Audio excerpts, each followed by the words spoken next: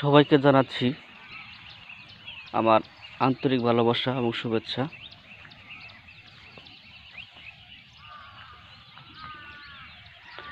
আপনারা হয়তোবা Alexander the great নামটি শুনেছেন। উনি বিশ্ববিজেতা ছিল।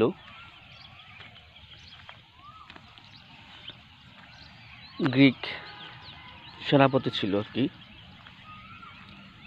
উনার জীবনে কোনোদিন কোনো যুদ্ধে হারেনি। ওনার একটি বর্ণিল জীবন ইতিহাস বিশ্বে খুবই পরিচিত এবং ওনাকে নিয়ে অনেক গল্পগাথা কাব্য লেখা হয়েছে, ওনার চিত্রনাট্য হয়েছে।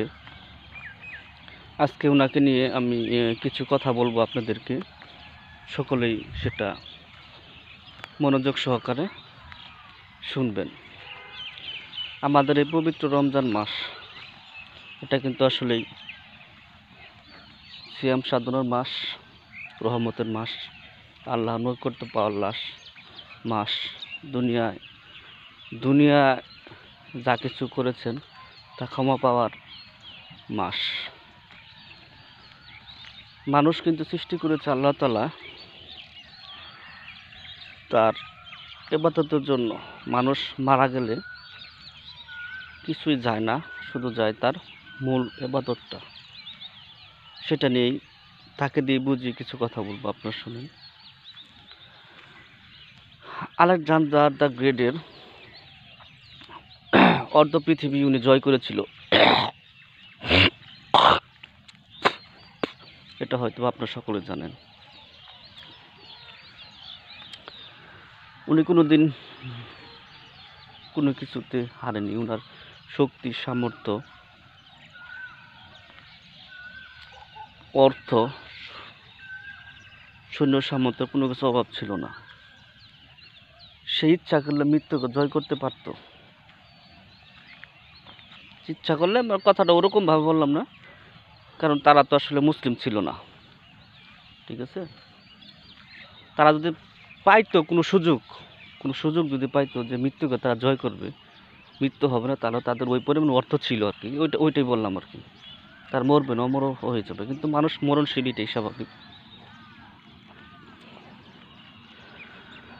যেদিন উনি অসুস্থ হলো, পৃথিবীর সমস্ত বড় বড় ডাক্তার, কবিরাজদেরকে দিয়ে সুস্থ করানোর চেষ্টা করা হলো। যখন উনি বুঝতে পারলো যে তার জীবনের আয়ুষ্কাল শেষ হয়ে এসেছে, সে আর বাঁচবে না, তখন সকল চিকিৎসককে ডেকে এনে তৎকালীন আমলের যে বলল, আমার আর চিকিৎসার প্রয়োজন নেই, আমাকে আর চিকিৎসা করতে হবে না, আমি এই পৃথিবীতে আর থাকবো না। কিন্তু আমি জীবনে একটা জিনিস ভুল করেছি, যে ভুলটায় পৃথিবীর মানুষ যেন আর না করে। আমি পৃথিবী থেকে চলে যাব, আমি কি নিয়ে যাব, আমি তার জন্য আবেগ আপ্লুত। আমার তো নেয়ার মতো কিছু নেই। আমি পাগলের মতো ছুটেছি পৃথিবীর উত্তর থেকে দক্ষিণ মেরু পর্যন্ত। কখনো কোনো দিন ইবাদত করিনি, আমার ঈশ্বরের কোনো ইবাদত করিনি, আমি ঈশ্বরকে চিনিনি। আমি ঘোড়ায় চড়েছি, পশ্চিম থেকে পূর্ব দিকে ছুটেছি,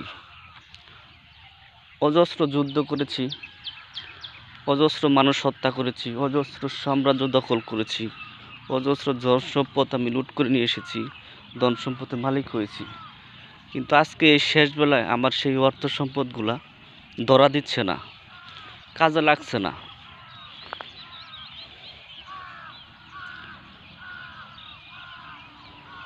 আমার এই অর্থ সম্পদ দিয়ে লাভ কি? আমাকে আপনারা চিকিৎসা করবেন না?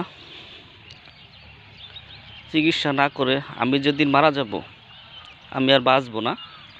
আমি যেদিন মারা যাব, আমার এই দেহটাকে নিয়ে আমার এই গ্রিসের সমস্ত শহর, এথেন্সের সমস্ত শহর দিয়ে আপনারা ঘোরাবেন।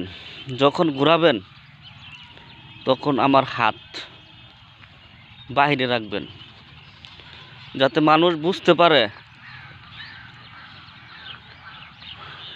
যে মৃত্যুর পরে মানুষের সাথে কিছুই যায় না। শূন্য হাতে আসে, শূন্য হাতে চলে যায়। যে মানুষ যেন বলে, দেখে, বুঝে, মানুষ যেন বুঝে যে আমার মতো একটা ব্যক্তি, আমি এত সম্পদের মালিক, এত ক্ষমতাশালী, আমার ঘোড়ার খুরের শব্দে মানুষ দূরে সরে যেত। সে এত ক্ষমতাশালী, শক্তিশালী, এত দাপটের লোক যে কখনো ঘোড়ার পিঠ থেকে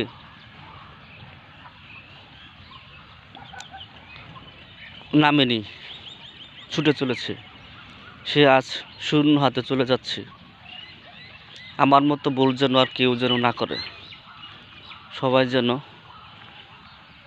ধন সম্পদের পিছনে না ঘুরে ঈশ্বরের ইবাদত করে, ঈশ্বরের জন্য কান্নাকাটি করে, ঈশ্বরের জন্য কিছু করে যেতে পারে এবং সেজন্য কিছু নিয়ে যেতে পারে ঈশ্বরের জন্য। আজ আমি শূন্য হাতে চলে যাব, এই জিনিসটা যেন আমার সাম্রাজ্যের সমস্ত প্রজারা যেন দেখে, এবং যারা ভুলে আছে, ভুল করতেছে, তারা যেন সেই ভুলটি সংশোধন করে। যা হোক, যে কথা সেই কাজ। আলেকজান্ডার দ্য গ্রেট মারা গেল এবং সমস্ত শহর শূন্য হাতে ঘোরানো হলো। মানুষ সেই হাতটি দেখলো, লাশটি দেখলো, তার দেহটি দেখলো এবং বলতে শুরু করলো যে শূন্য হাতে এত বড় একটা বিশ্ববিজেতা চলে যাচ্ছে, তার সাথে যাওয়ার মতো কেউ নেই। আমি যে জিনিসটা বোঝাতে চাচ্ছি সেটা হলো, আসলে পৃথিবীর বাহ্যিক কোনো কিছু সাথে যাবে না, অর্থ সম্পদ যাই বলেন, শুধু যাবে আপনার আমলনামাটা। তাই আসেন আমরা আমাদের আমলনামাটা ঠিক করি, পৃথিবীর মায়ায় লোভে না পড়ে আল্লাহ তাআলা সন্তুষ্ট অর্জন করি। আমার কথাটিতে যদি আপনাদের কোনো পরিমাণ উপকার আসে তাহলে অবশ্যই একটি লাইক কমেন্ট করে যাবেন। ইনশাআল্লাহ সকলে ভালো থাকুন, সুস্থ থাকুন। আল্লাহ হাফেজ।